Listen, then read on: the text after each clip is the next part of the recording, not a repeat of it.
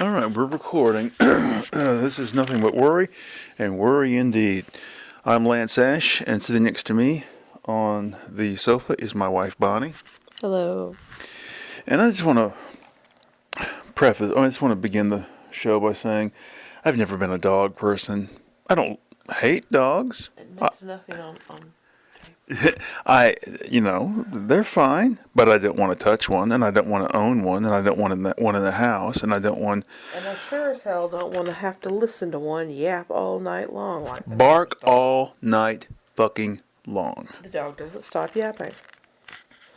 It makes you wonder, what kind of people are our neighbors that they tolerate it and they actually enjoy it, 20 degrees last night. 20 degrees. And the fucking dog's out there yapping all night long. It's 25 degrees right now. Dog's out there yapping all night long. How do they How do stand they justify owning a creature they supposedly care about? Yeah, they keep it, I don't know. Keep it out in this weather? Speaking of cold weather, Jesus Christ, it's been cold. our heat pump today wouldn't turn off. Most likely it's a problem with the thermostat on the wall, some sort of issue. So we had to go out there and manually disconnect it. You had to. I tried, but my arthritic hands couldn't do it. You had to pull the plug. So now it's going to be cold in here tonight, but we have some space heaters going in strategic locations. So we'll see if we can put up with it. You said Peter has a heater? Is one in his room? Yeah, I just hope he's got it away from the damn blankets and stuff. I'm sure he does. Heaven knows. So,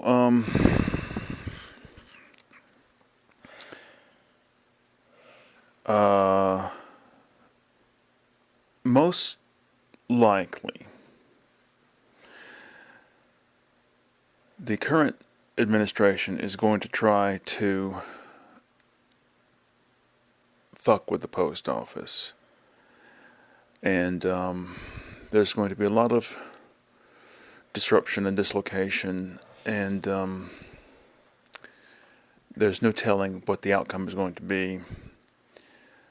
The Crook DeJoy has announced his resignation because his work is done. He's set up the groundwork for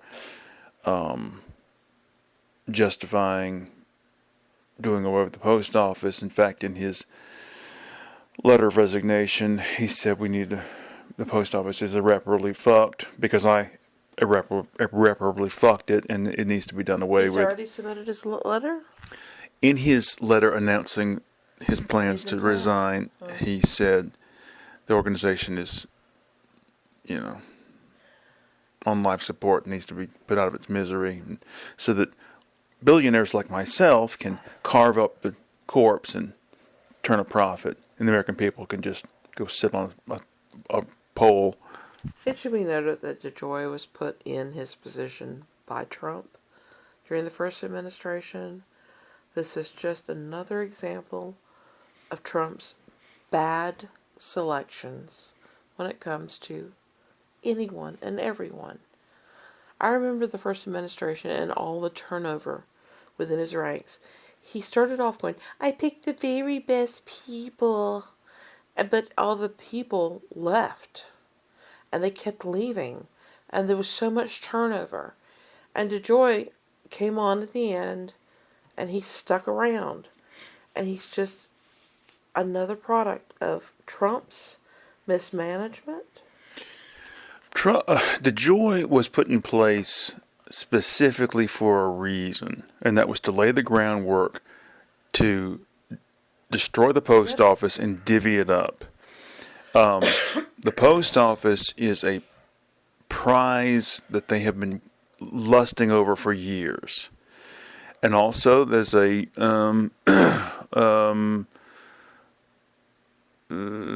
theoretical, philosophical reason they want to destroy it. Because number one, it is a huge organization that's run by the government. And their political theories, economic theories are the private sector can always do things better that is to say, more efficiently, turn a profit better than a government agency. So it's always been a thorn in their side.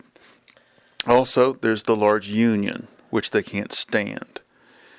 So this is their that they finally got their mittens in place to get, this thing destroyed.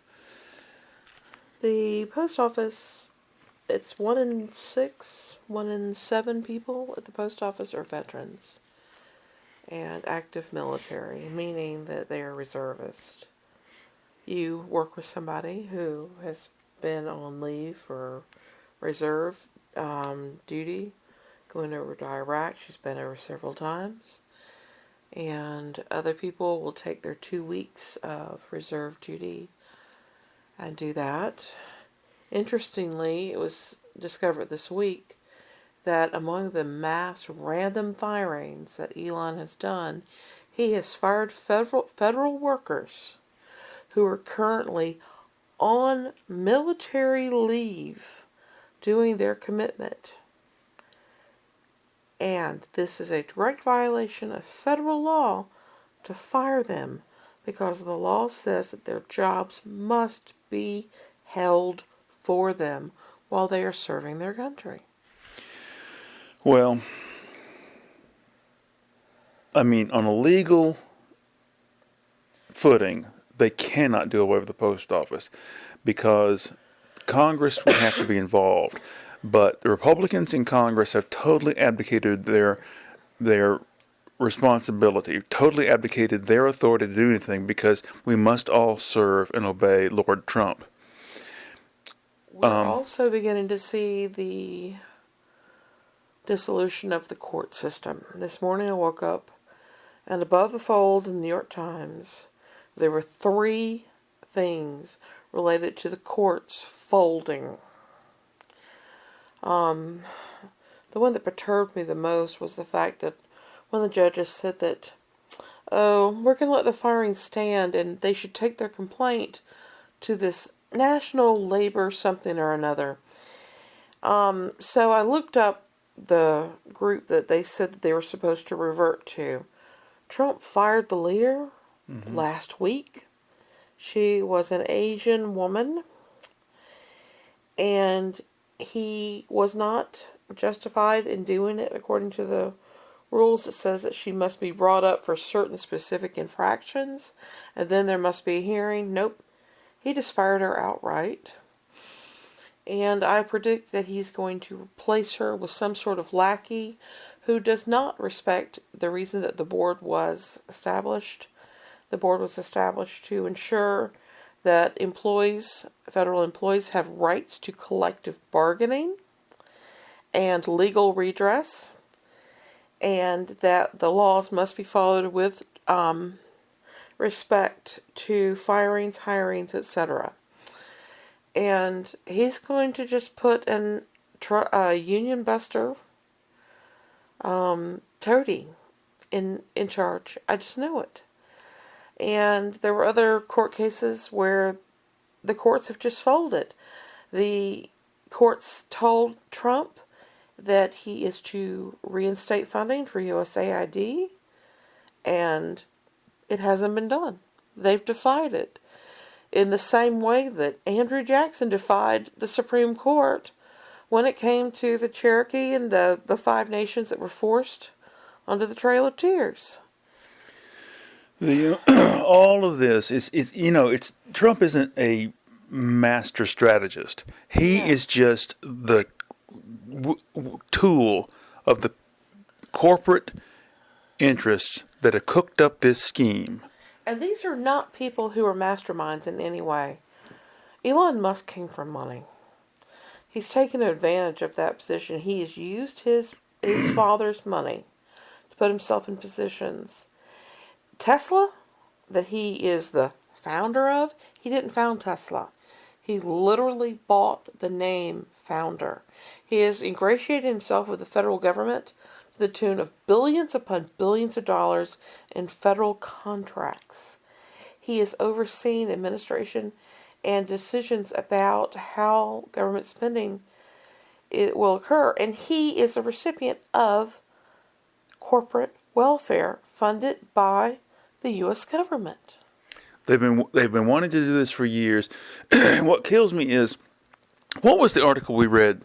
Oh, it was National Review, which at one time was the flagship publication of the conservative movement in the United States. They have agitated for decades for a semi-libertarian approach, privatize everything, the Margaret Thatcher model, the Ronald Reagan model. And yet, they came out this week decrying Trump's approach to Ukraine, which is basically lie about everything and give Putin everything he wants. And the lies upon lies. I was telling Bonnie today, it reminds me, there's an episode of the British version of The Office where a lot of the guys who work at the office, they go down to this pub and they have like I can't remember. It's like, I can't remember exactly, but it's like a trivia contest or something. And there's the group of the good people led by Martin Freeman, and then there's the mean bully guy who works down in the warehouse, in his group. And Martin Freeman's group, they win the contest and they're celebrating, and the other guys are just pissed off about it. So when they get out in the parking lot, the bully guy, he picks up a rock or something and he says, if I can throw this over the top of the roof, then that means we actually won the contest. And he does it and they start going, we won. And it's just that blatant level of mendacity and corruption that we're dealing with. It's like, well, okay, maybe the climate is warming, but if I can lie about it, then it means it's not really happening. Ha ha ha ha. And Russia's invading. Well, no, they didn't really invade. Ukraine made them invade. My favorite bit of corruption this week, we have the return of quid pro quo. In Trump's first term, Zelensky challenged him, and Trump was impeached based on the calls to Zelensky. He told him, you dig up dirt on the Biden family and I will release funds for Ukraine. Quid pro quo. Well, this week we have the return of it. He sent over one of his stooges to tell Ukraine, you have to go our way, do what we're going to say, and you're going to have to pay us with half of your mineral resources. Pay up or we don't protect you. Mafia-style tactics. Yeah. This from Don the Con. Oh, by the way, everybody, we're going to start calling Trump's plan to absorb Canada the American Anschluss. Just like Germany did Nazi Germany took over Austria, they called it the Anschluss. And, there was a pan-Germanic movement for many, many years before World War II, where there was a feeling amongst many people that all German-speaking people should be under one umbrella. And so there were a lot of people in Germany, a lot of people in Austria, and a lot of people in the German-speaking parts of Czechoslovakia that wanted one government. They wanted to all be together. And so there were many Austrians who welcomed being annexed by Germany. It was called Grossdeutschland or Grosses Deutschland. Well, anyway, as a result of World War II and the Nazis, the people of Austria want nothing to do with being united with Germany ever again. And it should be noted that Hitler spent part of his youth in Vienna, Austria. He was born in Austria. And he spent a lot of time in Vienna, which was the cultural center of Europe at this time, at the turn of the century. It was a place where a lot of people, a lot of composers, a lot of artists, a lot of great thinkers, Freud included, spent time in Austria. It was what Paris would later be. Vienna was the cultural center, and the Austrian people were known for speaking a version of German that was High German. It's the idea that it was somehow or another better, and it was more centered in history and steeped in some sort of affluence. And to acquire Austria was to bring in this sort of regalness and this culture. I think it's interesting that they want to take over Canada. Canada's the nice part of North America. It's not the dirty lower part of North America. It's not us rude, loud Americans. It's the nice people. The ones that, when you travel abroad, when people say, "Oh, where are you from?" you say, "I'm from Canada." I've actually done that. Because you don't want to be associated with rude Americans. We were watching Internet Today, the most recent episode of Internet Today, and they're talking about all the firings that the Trump administration is doing of government workers. And they talked about park rangers and park service people, and the Republican/libertarian mindset is the trees and the rocks and the land and the national parks have no intrinsic value. Just saying, oh, they're beautiful and people enjoy them, that doesn't mean anything to them. Because unless there's a dollar amount attached to every tree and every rock and every moose, then there's no value. They don't see what the point is. They would love to abolish the National Park Service, sell off the national parks, so that all those trees can be logged. Cut those trees down and sell them for pulp wood. That will mean it has value if we can turn a profit on it. Oh, lest we forget that maybe we should have a few little specialized hunts so that Don Jr. can go and kill some more animals. Yeah, we haven't been allowed to kill buffalo in 100 years. Allow the rich people to go shoot some buffalo. And the American people go right along with it because But there has been some pushback. This week, one of the representatives from Georgia, I think out of Roswell, what was his name, McCormick or something, got booed and shouted down at a town hall. Did you see the message I sent to you about who he is? Yeah, but I didn't remember the story. Okay, well, this week he got booed and shouted down because of the bullshit from Elon's firings. They're just doing this mass slash and burn. On the 29th of January, he was interviewed by CNN, and they asked him about funding for Head Start and school lunches being cut by these executive orders that just, again, slash and burn approach. And he famously said, we need to re-examine the child labor laws. A lot of these children can be out there working for a living. They can be earning their keep because these kids are not, quote, earning their keep as it stands. And then he proceeds to tell a story about how when he was young, he picked berries and then he worked at such and such. What he left out of the story, which I thought was extremely funny when I went to look him up, was this guy is an emergency room doctor. Okay. He's a white Republican from one of the most wealthy districts in Georgia. He went to medical school at, what's the name of the famous historically black college? Morehouse? Morehouse. He went to the medical school at Morehouse. He himself is Dr. DEI. And he got his position, most likely, to fulfill some sort of quota at the school so that they could have a nice amount of inclusion of white people to balance out the educational process. And I thought that was hilarious. But once you went back and looked at what the man was saying about children working and being from Georgia it really struck me.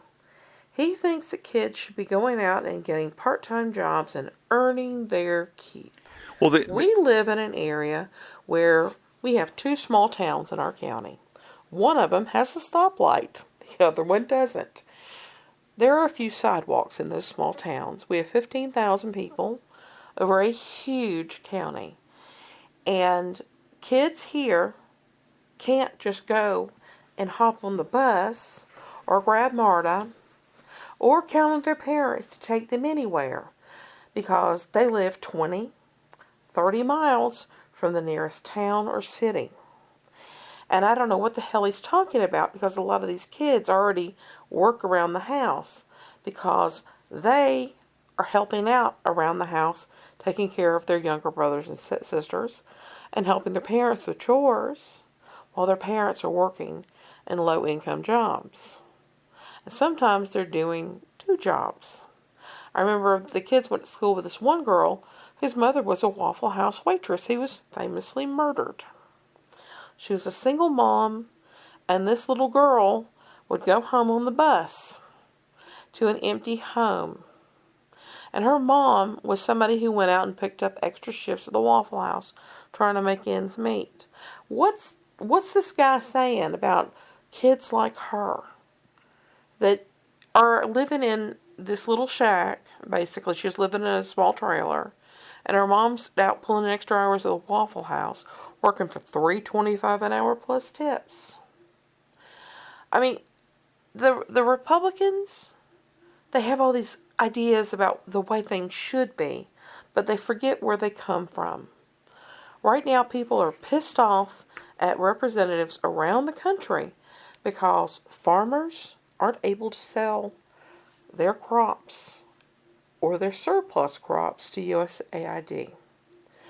Veterans can't get services at hotline on the suicide hotline or at hospitals because of the cutbacks.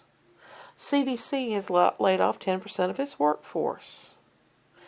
People at national parks will not be able to get the assistance they need when they get lost or get injured or whatever.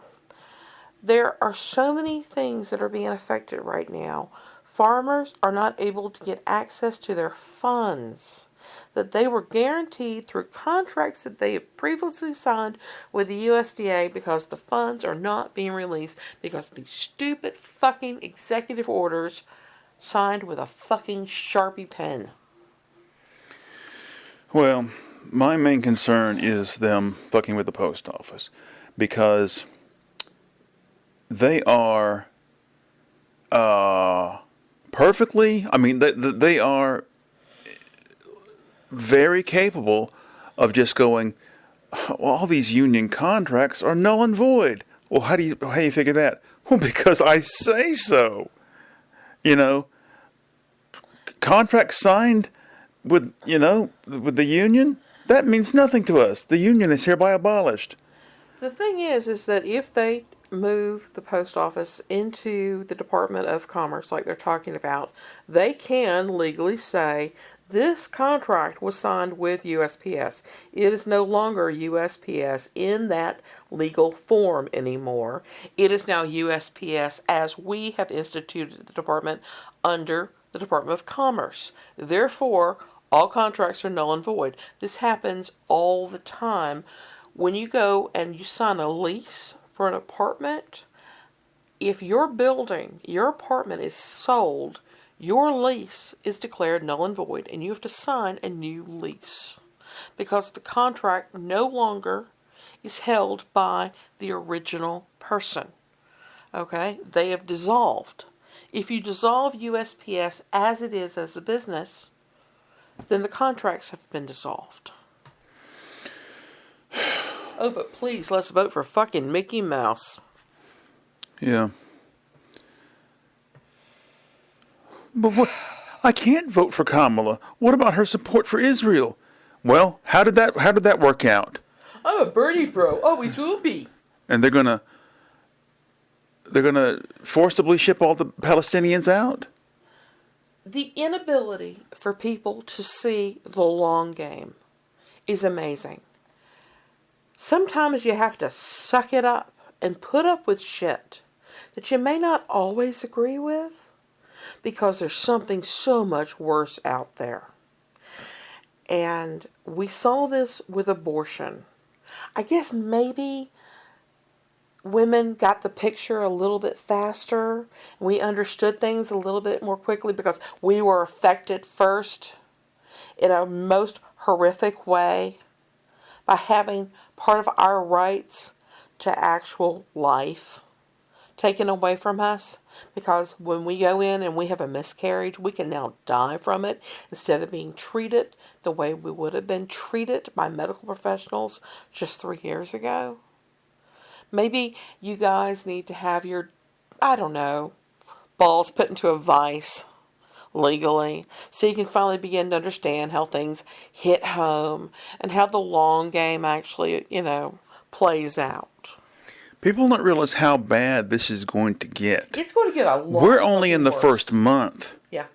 And they are very likely going to issue orders to all the major broadcasters and say, you either rein in these late night hosts who are mocking our Lord and Savior, Donald Trump, or you will be punished. They've already reached out to some.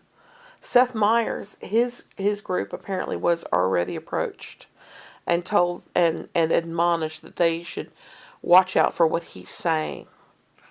And they threw a fit about the Tom Hanks thing on Saturday Night Live, Yeah. And they went so far this past week, they put KKK Katrina press chick up there that said, basically, she's holding this piece of paper, these are the facts, this is the way it is, and there are no questions about it.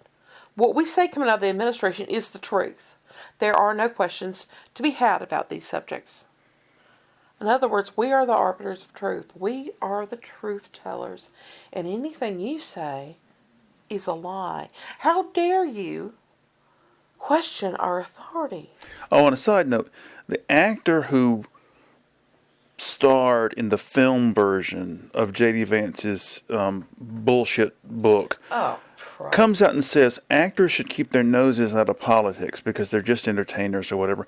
Well, I want a complete list of all the different types of people, all the different types of occupations that have no business speaking out on their political opinions.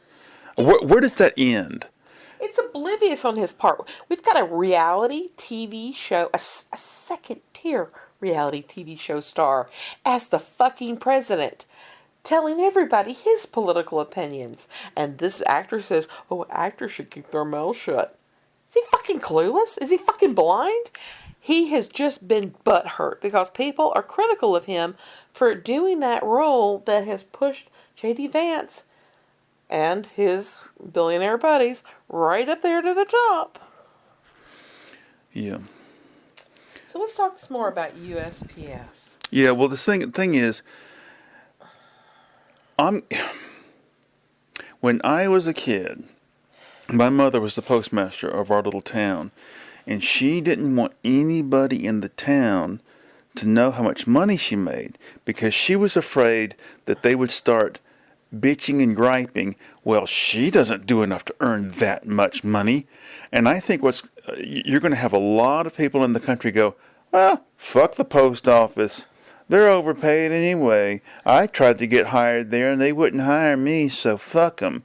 You know, one of the funny things about your story, a number of years ago, she gave Peter, our son, her collection of stamps.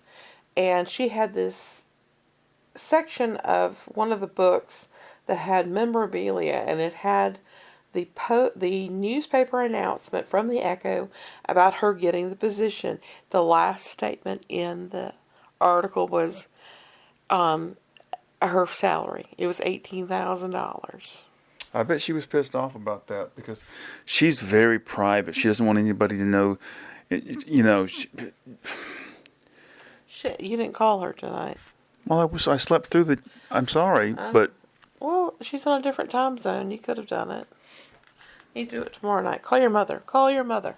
I can't stand talking to her because She can't hear. she can't hear. I have to repeat things over and over and over, and then she doesn't understand what I'm saying half the time.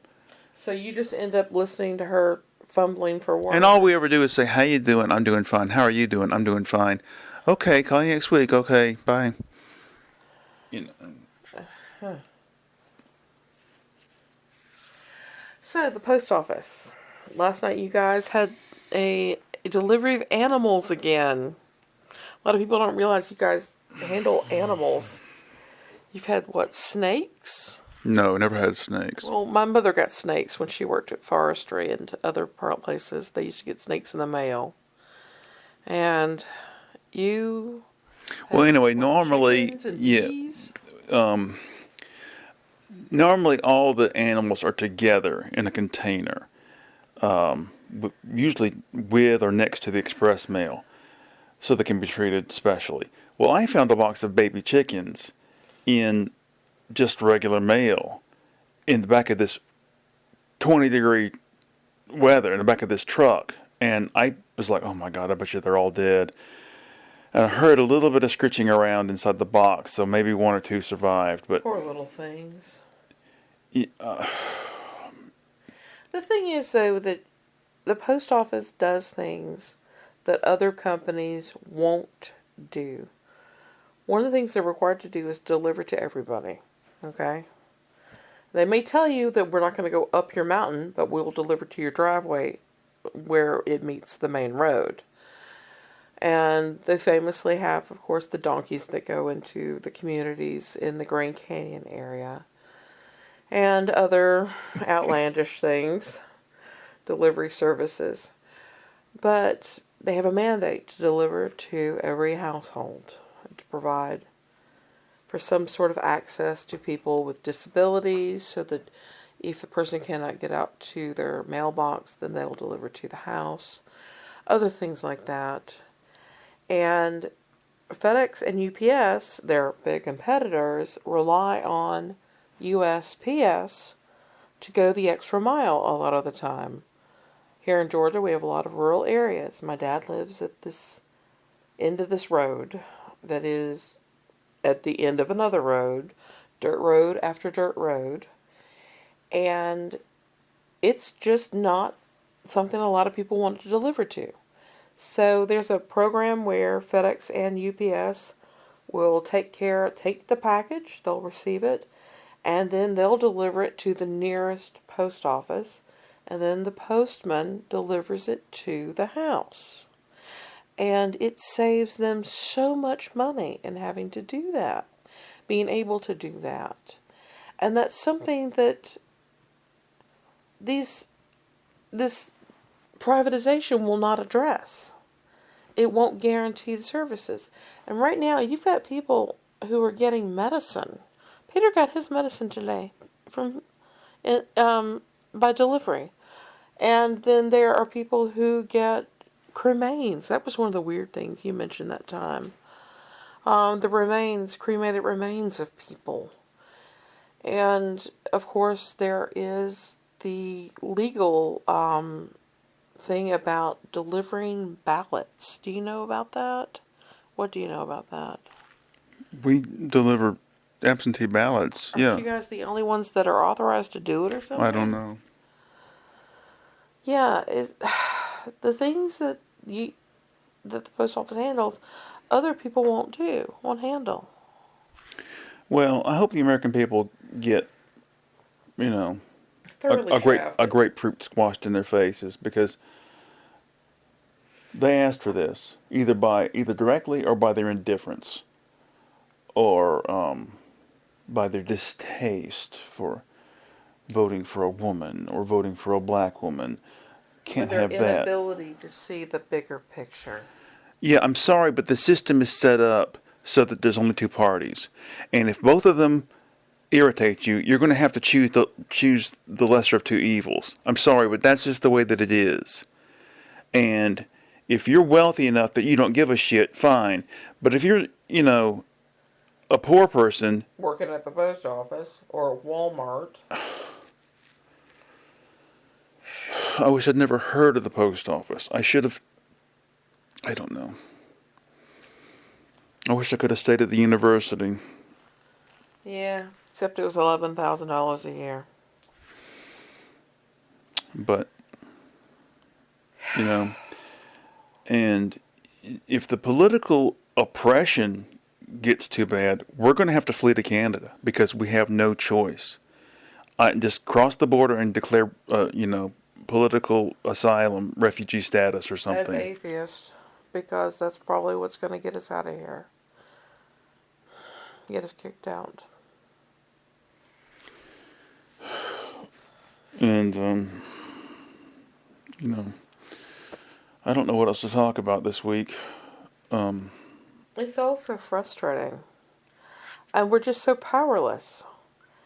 And watching this idiot, Elon, how anybody could have thought that this man was someone who was a genius or someone to be emulated. What kind of fool does that? Men who they hero worship other men, and I've been subject to this sort of mentality myself, but ultimately every hero I've ever had has let me down. So after a while you realize I'm not going to have heroes. I'm going to have somebody I like.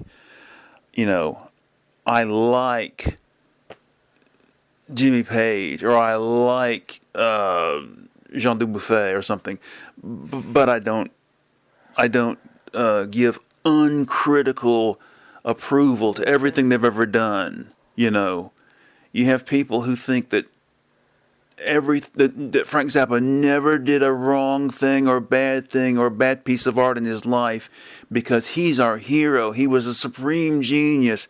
And there are people who think that Elon Musk is a supreme genius. Or Russell Brand. Why do you believe that? Well, because he said so. Why do you think Trump is such a fucking genius? Because he told me so. And Trump is so stupid and so narcissistic and so itching with mad delight over his position that he can't keep quiet about stuff. He's already let the cat out of the bag by posting this picture of him with the crown on his head. The Christians and the corporate theocrats in this country, they truly want to do away with democracy, and they want to install a monarchy, held in check, of course, by the captains of industry, The God King. Yeah, the deification of Donald.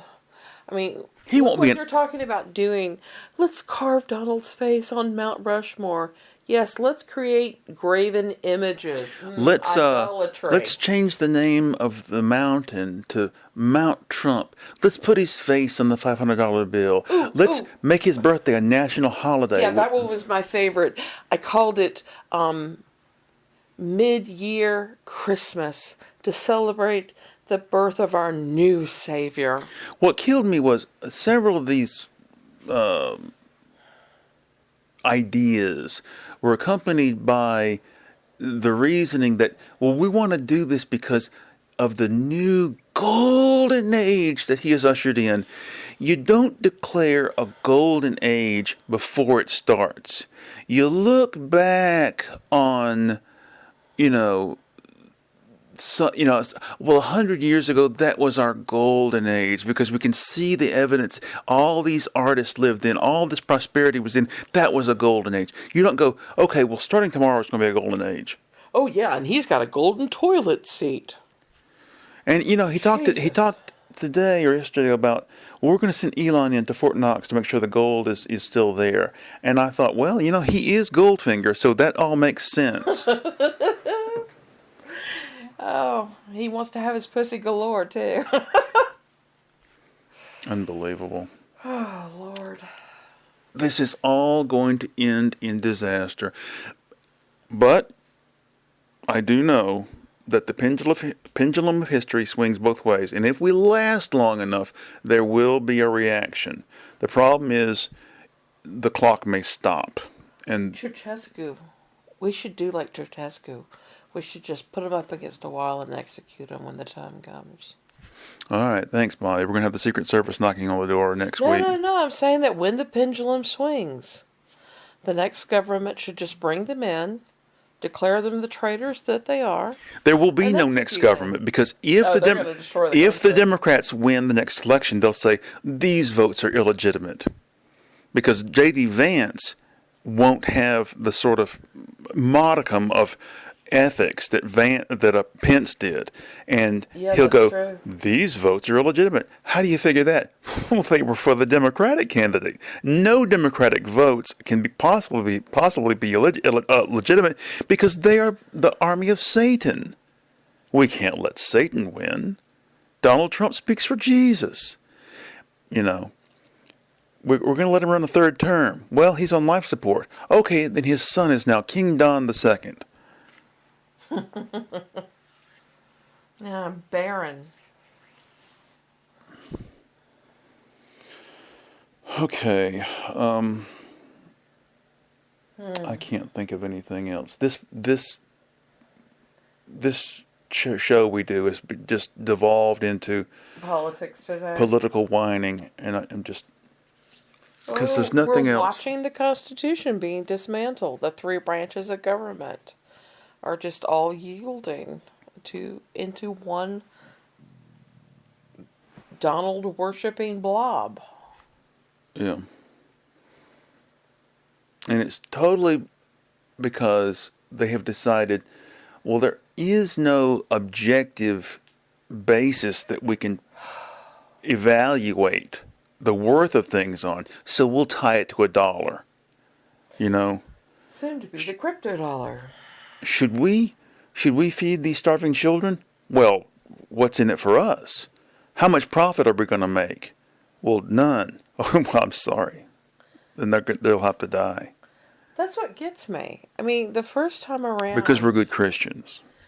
Trump had these tariffs against China, and China retaliated, and we ended up spending $12 to $15 billion to help out farmers, and now USAID has been shut down, and farmers get paid billions of dollars to feed the world.